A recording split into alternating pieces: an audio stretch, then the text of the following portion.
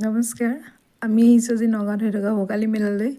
এয়া হৈ গ'ল ভোগালী মেলাৰ পৰিৱেশ। এয়া হৈ গ'ল আমাৰ ভোগালী মেলালৈ অহা মেইন ৰিজন। পুৰা গাহৰি আৰু ছাইমদ আপোনালোকৰ ফেভৰেট চাগে।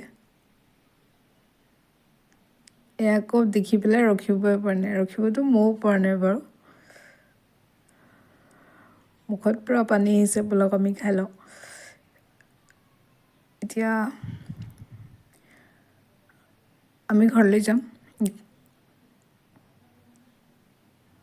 যিহেতু বহুত দেৰি হৈ গৈছে, ঘৰত গৈ বনাব লাগিব খাবৰ কাৰণে।